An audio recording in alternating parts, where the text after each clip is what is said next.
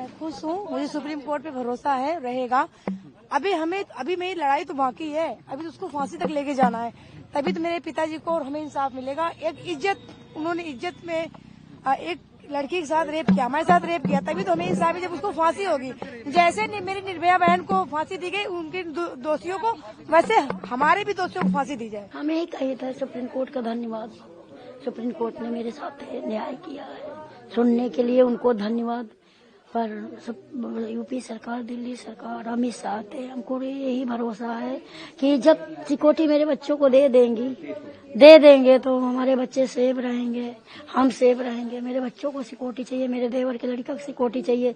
Security, no security कहते कहते इनके वकीलों ने सिक्योरिटी भी छीन लिया था। बोलते थे इनको नो सिक्योरिटी चाहिए, सबकी सिक्योरिटी भी हटवा लिया था, पर सबको सिक्योरिटी चाहिए। और मेरे वकीलन का अजय गौतम का, सरोज भारती के 4 वकील है। जो वकील पहले रहे हैं उनकी सिक्योरिटी एक के पास है, उनकी सिक्योरिटी टार के मेरे दूसरे जो वकील अब हैं उन 9 मानी और यहाँ दिल्ली मानी, हम लोगों का सबका मतलब सेव रखा जाए सरकार। आप लगातार जब ये सामने फैसला है कि बेल मिल गई है उन्हें, और जिसके बाद आप तमाम लड़ाई लड़ते रहे न्याय की, और आप सिर्फ यही बात कह रहे थे कि हम सुप्रीम कोर्ट जाएंगे, हमें सुप्रीम कोर्ट, हमने भरोसा है, हमने सुप्रीम कोर्ट इसीलिए कहते थे कि हम सुप्रीम कोर्ट जाएंगे, सुप्रीम कोर्ट का दरवाजा खटखटाएंगे, हमको भरोसा है।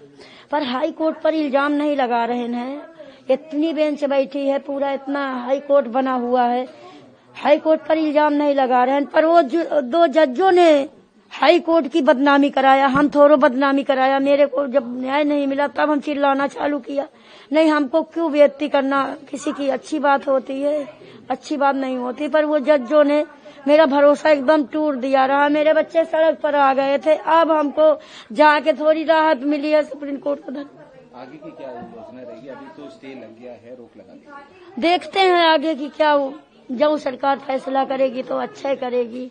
नहीं, संतुष्ट की बात नहीं है। देखिए, अब अदालत ने रोका है फैसला, कम से कम इतनी संतुष्टि तो हमें हो सकती है कि हाँ, अब ये कल परसों जो ये रोज सवाल मुझसे पूछती थी कि 5 मिनट बाद तो नहीं मारी जाऊंगी उसके बाहर आके मैं, तो वो मैं कम से कम कह सकता हूँ कि अब वो बाहर नहीं आएंगे थोड़े समय के लिए।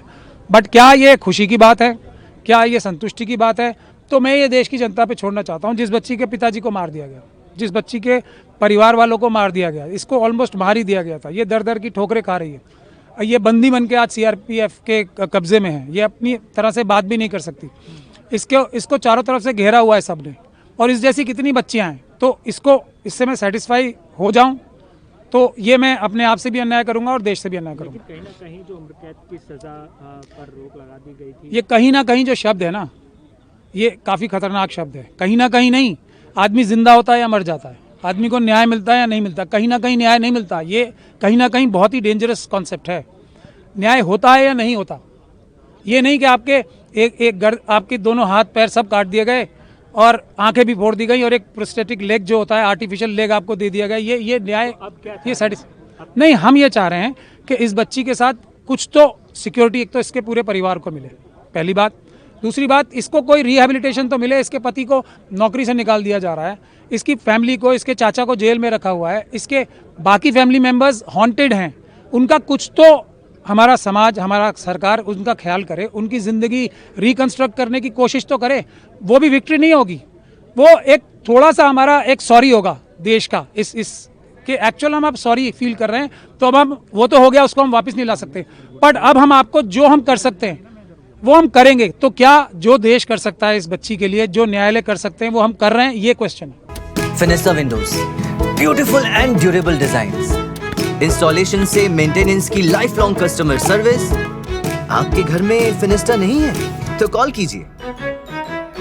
फाइनल फिनिस्टा।